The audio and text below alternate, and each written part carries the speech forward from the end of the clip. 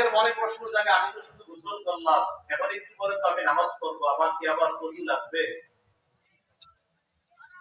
ভালোভাবে গোসল করলেই ওযুরও কাজটা আদায় হয়ে যায়।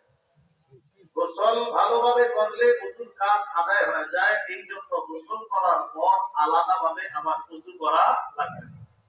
দলিল হাদিসের কিতাব নাসাই শরীফ, এই কিতাবের 52 নম্বর হাদিস।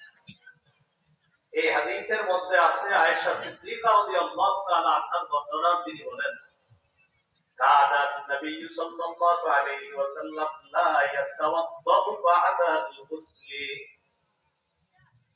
আম্মা জান আয়েশা সিদ্দিকা রাদিয়াল্লাহু তাআলা আনহা বলেন, আল্লাহ নবী গোসল করার পর আর ওযু করতেন না।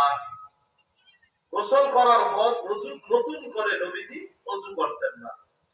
তাহলে ভালোভাবে গোসল করলে ফরজ গোসল